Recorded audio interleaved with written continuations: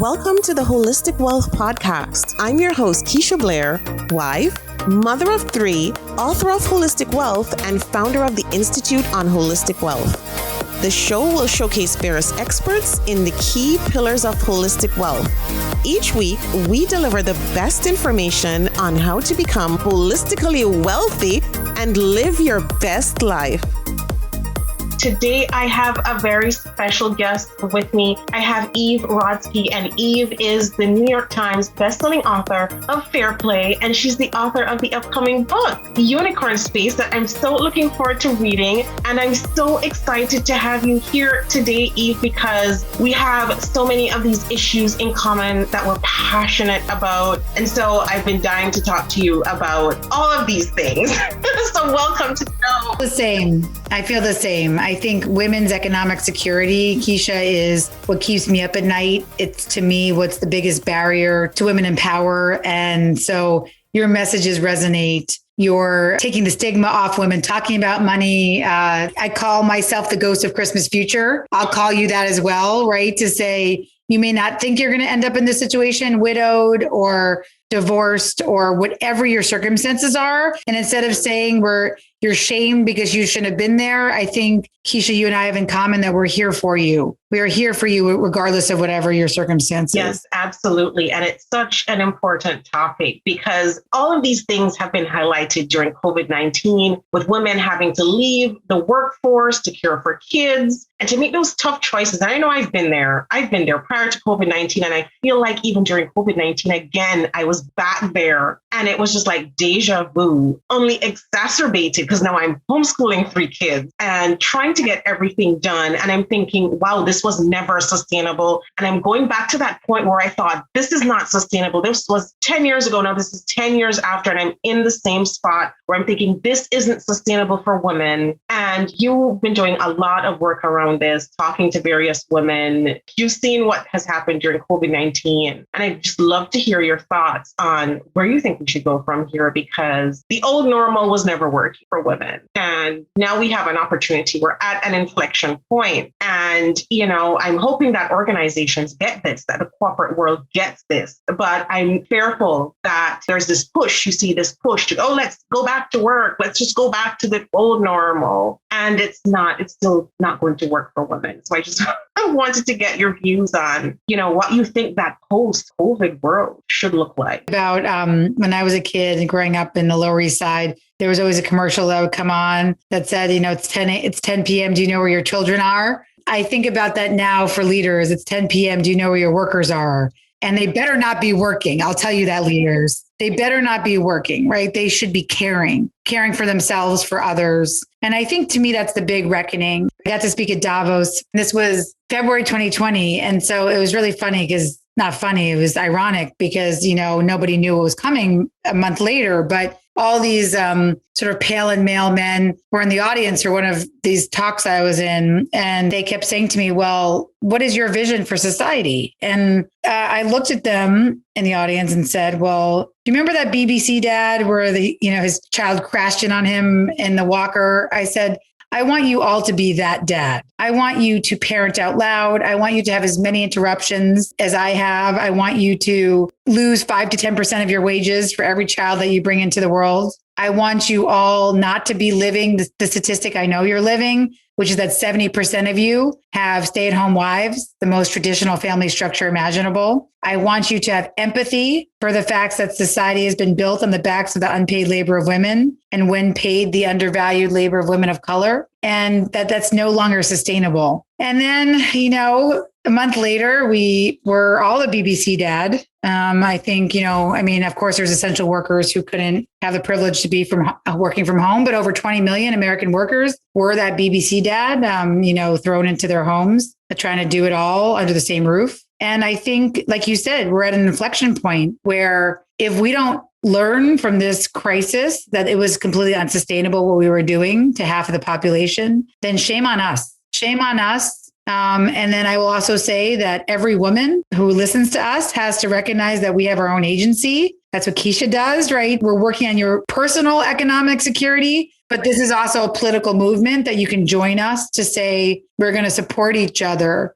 in a new world that we value care, that we value caregiving. Yeah, no, absolutely. And that's so true. It's so funny you mentioned Davos 2020 because I went to Davos 2018 and I did. God. And, it's so funny. I was in a professional capacity. So I was part of the prime minister's supporting delegation to Davos and because I foreign direct investment. Yeah. And led on that side of it as an economist. And it's so funny because Davos 2018, some of the major themes that we worked on were gender equality, the gender pay gap. Most of the people he met with were just women doing amazing things like Malala and several different women. And here we are in 2021. I mean, obviously, in 3 years, I don't expect the world to blow up and everything to fall in place. But I feel like, now is the time, right? We've had this point where we're working from home and women have tried to make it work. We've bent backwards. I remember those days in the first half of COVID, homeschooling, working, doing all of that stuff. And, it's so funny. There's some things, though, in that period that were just like, what? This would work better for me in terms of flexibility. This is how, if I structure my work day, this is actually how it could be so much easier. And, it's so funny because I saw your tweet on Twitter. You did an interview, I think it was, with Adam Grant. And I saw your tweet in terms of work flexibility. And I said, yes, this is exactly it. Because as women, we've just been thrust into this system where we have this no say. It's based on presenteeism. It's based on how many hours you clock and seniority in terms of how many years you've been ahead. And so we're doing all these other things, as you mentioned, caring in the home and leaving work to go pick up kids from daycare. And we often get left behind. And you mentioned, minority women, Black women like myself. And believe you me, I feel like there's this under uprising that's going to happen because I think we've had a racial reckoning during COVID-19. And I've heard from a lot of Black women who are rejecting, this world now where, our labor has gone unrecognized largely and are saying, no, this isn't working for us. And so this is why I think we're definitely at this critical inflection point. And the part about the flexibility is key here, especially for us women, because I'm hoping, as a mother of three, I'm hoping, that we do get to move forward in a way that's more sustainable. I've been to the point of burnout. I've been there several times. I mean, that tweet, though, that you put on Twitter is something I'd love for you to clarify for the audience, because I think you made an important point. And I just love for you to just tell us about your thoughts on that. Well, it's funny you say that because that was a surprise to me. It was actually the July 4th surprise in that I was quoted on Meet the Press, which was the craziest thing because I actually have a crush on Chuck Todd. Do you hear that, Chuck Todd? Yes, I'm happily married. I love Seth, but I do have a crush on Chuck Todd. And he quoted something I wrote for with the female quotient. And it was really an understanding that we have been for too long conflating flexibility with where we work. So the debates become about equating flexibility with work from home. But work from home has nothing to do with flexibility because you can still, where you work is not what I said, how you work, when you work, why you work. There's so many other areas of what I think flexibility means. So yes, of course, being able to work from home is one aspect of flexibility because it cuts down on commutes and other things. But if you are suffering from presenteeism, as Keisha just said, then your butt in a chair, whether it's on Zoom or in person, is not flexible. You're still going to be shamed or embarrassed to parent out loud. You're still not going to feel, you feel like you're going to be penalized if you have to take your child to the pediatrician. So what I was saying in that tweet is that really true flexibility is not just where you work. It's when, why, and how. And so for me, the other thing, the when is really also important too. We want to make sure that we can set our own hours, as you said, Keisha. And if we're parents that, maybe it's for us that we take our kids to school, we get to hug them, we get to pick them up from school, we feed them dinner, we get to go back on at 7 to work, another shift after they're gone to bed, whatever it is, that's the when piece. But I think the why and how is also really important because a lot of us, the how and the why, as you said, has been this ideal worker. It's been how many hours And if you look back and say, why am I working? So many people would say to me, why am I still working? Because I'm being tracked on a software that says my computer is still on. This is literally true. I've had many people say to me when I say, well, why do you work? Why are you working at this point? It's that I'm being tracked on some software. I have to clock in, like you said, be present. But really, I'm just playing Words with Friends, under the table on my phone, right? That is not a productive worker. And so I think so many people have been stuck in the when, the hybrid, this and the where, whether it's home, how many days you come into the office, where we're not looking at the bigger issues that Keisha, you often talking about too, which are sort of the how of work, the how you want to set up your life, the bigger questions around being intentional about your future self that get lost when we just focus on how many hours or where you're going to be working. Yeah, no, and that's so true. And so true for today's world too, right? This modern society that we envision where we derive so much more meaning from our work when we can place ourselves,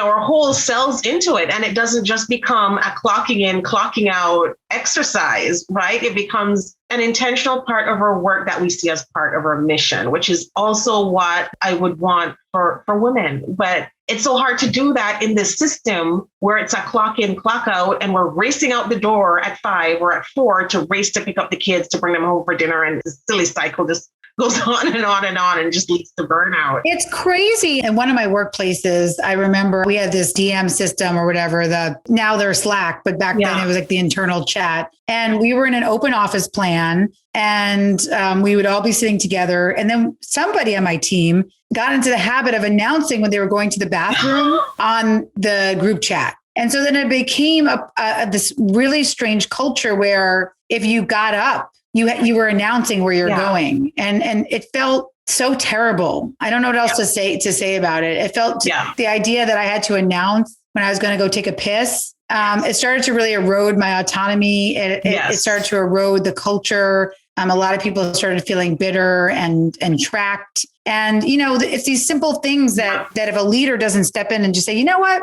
I trust you. If you're getting up from your cubicle, I don't care for how long, I trust it's something important, either personally or professionally that you're doing. And I know you're going to get what you need to get done. And that type of big conversation, it very rarely happens. And so then what I end up happening is that the people who can't just be sitting there, like you said, for the 12 hours a day because they have caregiving responsibilities, all of a sudden, what happened to me on my maternity leave was that I lost my direct reports. They went to another woman on my team. And then I started to feel even more eroded because when I was in the office, I was being tracked. When I wasn't there on maternity leave, I felt like I was being punished because my direct reports were taken from me. And then slowly you feel like it's the death by 1,000 cuts to the point where you're forced out because of this gross bias that you can't really put your finger on, but is there. And obviously is much worse. It is worse for women of color. And it is 100% incumbent on white presenting women that we understand what a care feminism is, that we are not,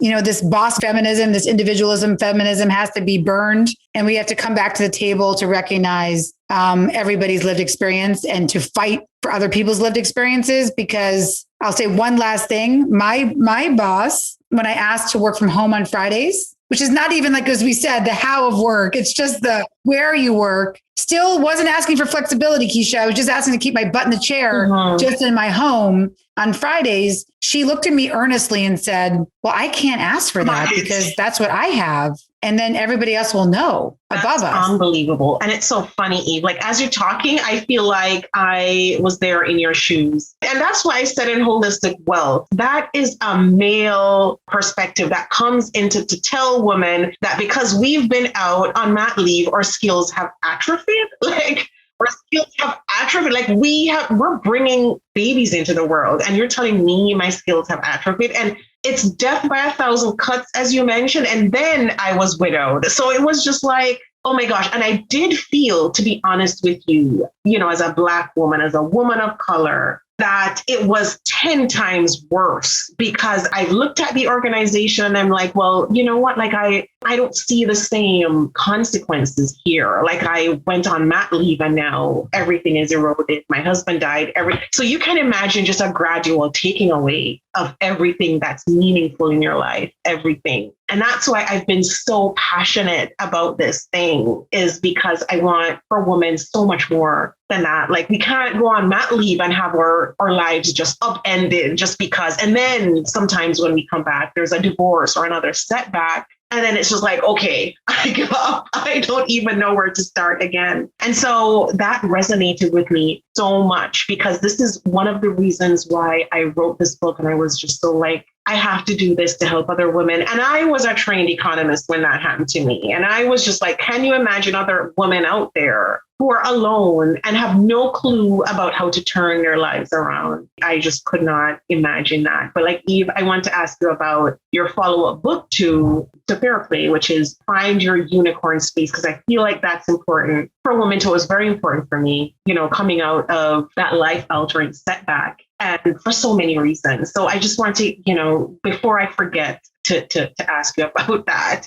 We could talk forever because, like I said, I was just personally really excited to connect with you, because I feel like we'll be hopefully friends after this. I'm not a trained economist, but I have economic lens is how I've always approached the world. That was my undergraduate degree, was in developmental economics. I went to the London School of Economics, and then in law school, law and economics, and actually looking at the issues of sexism and race actually through a lens of economics was what I specialized in law school. So you and I have very synergistic backgrounds. I'll just say that. And I do think you represent a lot of what I talk about in Find Your Unicorn Space, the idea of unicorn space, this idea that we have these roads for us that are set out as parents, partners, professionals, workers, especially for women. It's very subversive to veer from the traditional narrative. And sometimes actually the most powerful women I've seen have been forced to veer in a post-traumatic growth situation as opposed to post-traumatic stress. And I feel like that is again, not to put words in your mouth, but when I see you from afar, not knowing you to me embody that notion that it's raining on all of us, And so I remember my cousin, her husband had a catastrophic stroke at 37. She was getting her direct reports taken away from her in her workplace. Very, very difficult time. No one had ever taken a year's leave before, ever. Never had ever worked outside an office. It was the least flexible place. A very, very sort of sexist sports organization in many ways. And she was asking for leave for care. And I remember we both looked at this quote that someone sent her, and it said, life is not, waiting for the storm to pass. It's learning to dance in the rain. And you can think of it as a cheesy inspirational quote, or you can really think about it as women are always have rain. We're always going to have rain. And whether it's extra rain, because, like you said, you have the intersectional issues of racism on top of sexism, on top of the caregiving bias you're going to have because you lost your husband. It's raining on us. But I think dancing in the rain to me is what we can hope for, which is supporting each other through these difficult times. And that's what Unicorn Space is about. It is not a how to be happy book. You can gratitude journal yourself to oblivion. I'm here to say that you want to follow your clues. What I learned from the research in this book, talking to trailblazers and researchers and academics and scientists and real people all over who have found their creativity or their purpose, what makes them them. Most of it is not that they said, I want to be happy. It's that they said, I want to do that thing. And the clue was that thing was making them feel purposeful and happy. And there's a big distinction to me. And that's what I write about. I write about forging a path for yourself that may not look like the traditional path for women, but that we all deserve. We deserve to have our intrinsic motivation honored. And that's what it's about. Beautiful. Because I remember, going back to what we were just talking about, as women, when we get all of those, we get the rugs pulled out from under us. And I remember thinking, you know what? I can't let my work, my job title define me, my salary, my direct reports,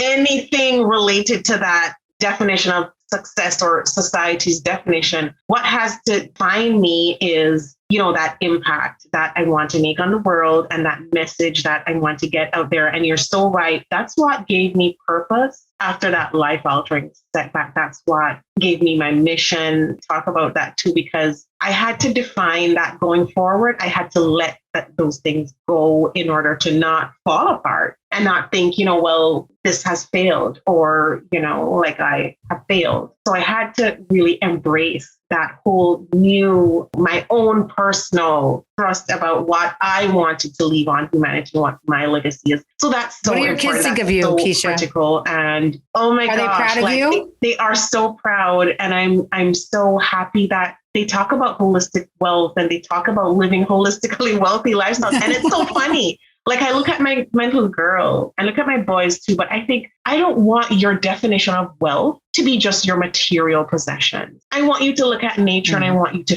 feel wealthy. I want you to look at the relationships around you and feel wealthy. And I want you to look inward, at your spiritual side and feel like, yes, this is how I feel wealthy. I want us to actually redefine that definition for a whole new generation of kids who, like us, who might grow up and encounter these setbacks, right? Or encounter these norms and think that, I'm not defined by that. And that does not have to define me. It doesn't define my happiness. It doesn't define my purpose. And that's what was my big aha moment, after I came through this. And I feel like if I can pass that down to them, that I'm not setting them up for that failure. How women, I've heard several women in the corporate world say, we were sold a lie. We were sold a lie. We were sold this lie that we could do all this and that, and still be like, yeah, we're killing it everywhere. And I don't want to sell them that lie. I want them to know that, it's not just about that. Their wealth can be defined more holistically, and it's more wrapped up in their personal mission and their legacy. So that was my whole thing coming out of this, Eve. And this conversation is so important and so meaningful. And I want to ask you about your quiz results, because that was also very important for me coming out of this tragedy. Was like, well, I found myself questioning, because as women, we just question so much about ourselves, right? We question so much. And, I felt like I didn't quite know what, I had a hunch about my personal financial identity. And I feel like this is important, because for women, if they can be more confident in their money decisions, then that's halfway the Of course. And I think this is an important piece to wrap up with, right? What you're doing and why, again, I feel so passionate about your message. So I'm a minimalist, and I was sort of all over the place, but I think probably why, Keisha, that it identified me as a minimalist is because embracing your holistic wealth message, meaning that I really love, I will spend on experiences, but I really, really have a hard time with anything that defines me by a physical possession. Comes from my mother. She didn't believe in physical possessions. In fact, we didn't even have suitcases because she wanted to save every dime, and she's done amazing as a single mother. Yeah. She was able to buy her first condo that has its own washer and dryer at 78 years old. We'd always been going to a laundromat, so she didn't even know how to use, washer and dryer. Not an industrial one. She's like, what is this? Where do you put the quarters? It was really amazing to watch her end her life with financial security, whereas so many women I interviewed for FairPlay, it was the opposite. And so my mother didn't have a choice, as we talked about. She had to think about her own financial security because my father was not paying alimony. I always say she traded acrimony for alimony, or vice versa. She didn't want the acrimony, so she never asked for anything. But it left her in a position of having to have her own. So I'm also of that ilk that I love nice things, but also I've been in a place where I haven't had them, so I don't need them. And so I think it's nice to feel like I can live well, but I also know what it feels like to not have those things that define our culture's view of success and be okay with it. Yeah, no, and that's absolutely right. And especially going back to some of the issues that we mentioned with women at work, and, the reasons why some of us have, found ourselves wanting to climb that corporate ladder to validate ourselves and validate our experiences. And it's so funny, Eve, that we touched on kind of with women of color, and in cultures, women who come from immigrant backgrounds, those things are terribly important, because for many of those women, they're the first to go to college, first to go to this. And so it almost defines you just even coming right out of college. And so entering the work world and then finding all of that being pulled back. can be devastating because so many of them are first in their family. Well, absolutely. And my mother felt that way. Her family were Syrian Jewish immigrants. And I think that path of that community was to marry an older man. And her sister did that and then had to break free. And it was super traumatic. And she ended up with her PhD, and she's a psychologist, a wonderful psychologist now. My mother was against the wishes of her community. She was the first to get her college degree and then a PhD, which was really very outside the box for her. So she was forging a lot of paths. And I will say that the last thing I want to say about the financial security is, as Keisha will tell you, right? Know your, not only your type, but, ask questions. Even if you don't feel like you understand it as well as maybe your partner or the people around you, there's Investopedia. You can ask your friends. We need to take agency in our own life because yes, there's all this bias. We lose 5 to 10% of our wages for every child that's brought into the world. There's a lot of systemic things that are, really against women in terms of building wealth. And so our own agency is just asking those questions, not leaving it in the hands of a man if you're married to them, really understanding. Seth and I have our divorce check-in every year. I know this sounds very controversial, but it's our death and divorce check-in, Keisha, where what happens if he dies or if we get divorced. And we look through together what the legal documents are for his business. If he died, what would happen if he left me for his assistant? We go through all these scenarios together. And it sounds very strange, but it actually brings us closer together because I don't feel resentful and I feel more at peace with understanding and how to control my future. As someone who's been there with a sudden death that was unexpected, those conversations are absolutely critical. I mean, even if you think that nothing's going to happen, you're perfectly healthy, everything is fine. That's what I was thinking. And that couldn't be farthest from the truth. So that's absolutely, I think those check-ins, that should be mandatory. I think we should do that with our spouses every year, as you mentioned. And Eve, I want to just thank you so much for joining us. I really thoroughly enjoyed it and so much wisdom shared here today and for women. And I'm grateful for that. Can you tell us where to find you, the audience who doesn't know, where to find you on social media? Right? Yes, you can always find me. I love feedback, good and bad. You can find me. We answer DMs on both of our Instagrams. FairPlay Life is really the Instagram that's devoted to women's unpaid labor and the consequences. And then my own Eve Rodsky, that one is more political and a little more random, but you can always find me and see my opinions of the day there. And you can DM me as well. Okay, perfect. Thank you so much for joining us. It was an amazing conversation I had so much fun talking to you, Eve. It was really good having you here. Thanks, Keisha. Thank you for joining us this week on Holistic Wealth with Keisha Blair. Make sure to visit our website, KeishaBlair.com, where you can subscribe to the show on iTunes, Spotify, or via RSS, so you will never miss a show. While you're at it, if you found value in this show, we'd appreciate a rating on iTunes, or if you simply tell a friend about the show, that would help us out too.